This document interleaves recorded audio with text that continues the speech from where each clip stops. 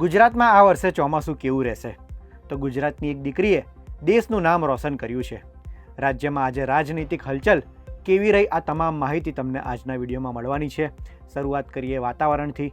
તો દેશમાં આ વર્ષે ચોમાસું સારું રહેવાનું હવામાન વિભાગનું અનુમાન છે. હવામાન વિભાગના જણાવ્યા અનુસાર દેશમાં આ વર્ષે ચોમાસું સારું રહી શકે છે.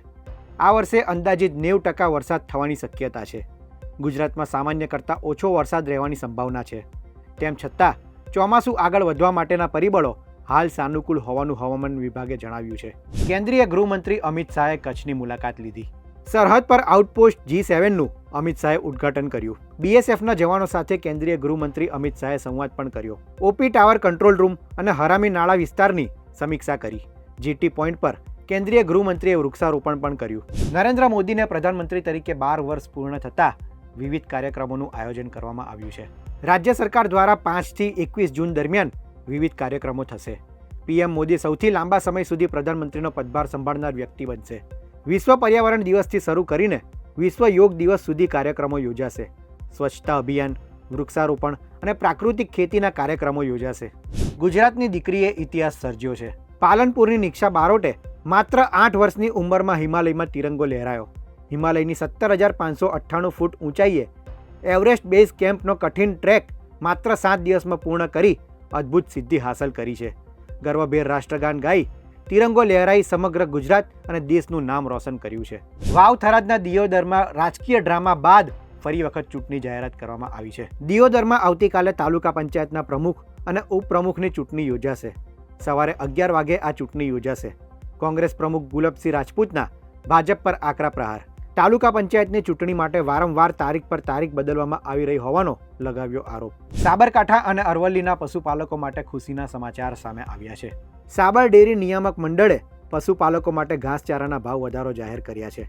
પશુપાલકોને દૂધના પ્રતિ કિલો ફેટે ચૂકવાતા ભાવમાં 15 રૂપિયાનો વધારો કરવામાં આવ્યો. 1 જૂનથી દૂધના પ્રતિ કિલો ફેટે 850ની જગ્યાએ 865 રૂપિયા ચૂકવાશે. ગીરના જંગલમાં એક બાદ એક સિંહોના મોતથી ચિંતાનું મોજું. અમરેલીના સાંસદ ભરત સુતરિયાની સિંહોના મોતને લઈને પ્રતિક્રિયા. 8 સિંહોના મોત થયા છે. ગાંધીનગર અને વન વિભાગના અધિકારીઓ સાથે વાત કરી છે. સિંહોને બચાવવા જરૂરી છે.